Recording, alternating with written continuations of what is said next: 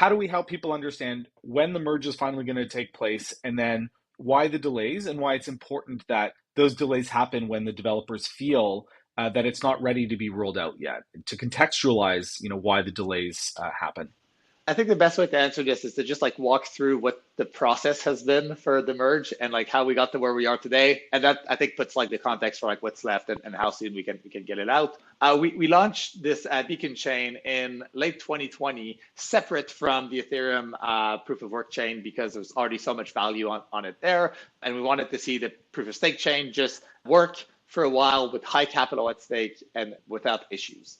And so in about May of last year, I think we were all pretty confident that we were in this spot. So the proof of stake chain at that point had billions of dollars on it. It had been running for like more than 6 months without any issues.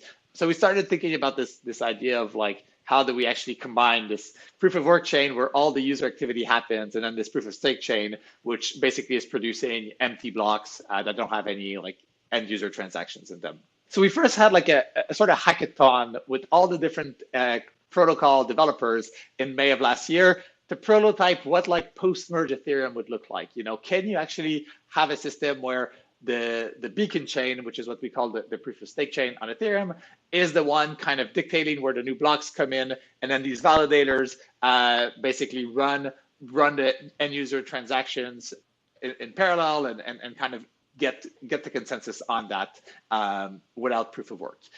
So we prototyped that in May of last year and got it to work. So that kind of told us that like the overall design we were using was sound.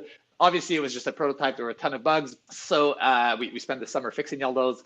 And then in October of last year, so October 2021, we got everyone together in person again. And we basically tried to prototype this transition from proof of work to proof of stake. And this is a really important bit because the transition does not cause any downtime for Ethereum.